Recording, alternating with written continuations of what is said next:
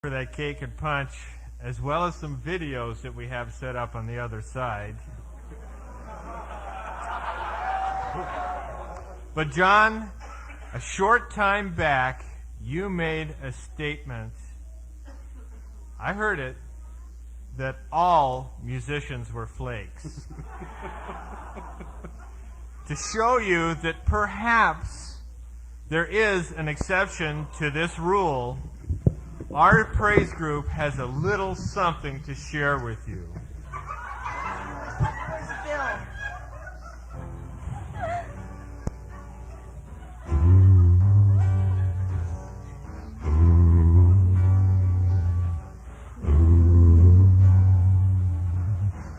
Every morning at the church, you could see him arrive.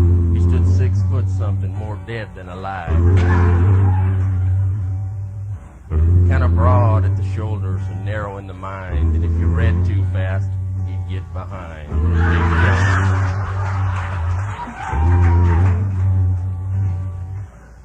Nobody seemed to know where John called home. He just drifted into town and stayed all alone. He didn't say much, kind of quiet and shy, and if he spoke at all, he just said, "Hi, Big John." Big John. Big John. Pastor John. Somebody said he came from Oregon way, but wherever it was, he'd never stay. Then came a touch from God's own hand, sent this Montebello man to the promised land, Big John. Then came the day in the bottom of his heart when he heard God's call. A church would start. The people were praying. John's heart beat fast, but by Sunday evening, the indigestion passed.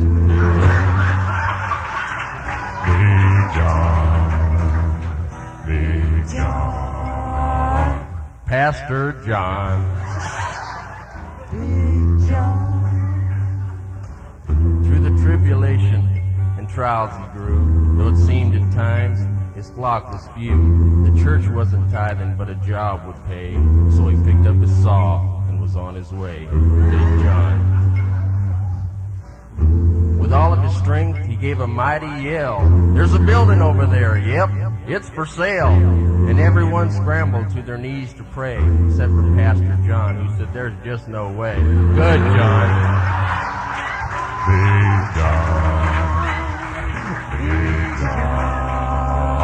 Real good, John. Good John.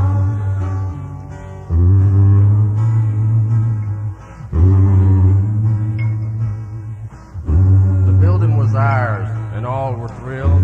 With hammers and saws, we started to build.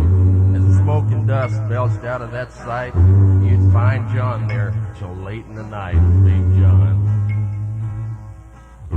It finally opened, a church of our own, a place we could come and call our home. And it all worked out, God's own plan. The pastor of this church is that Montebello man, Big John. Big John. Big John. Pastor John.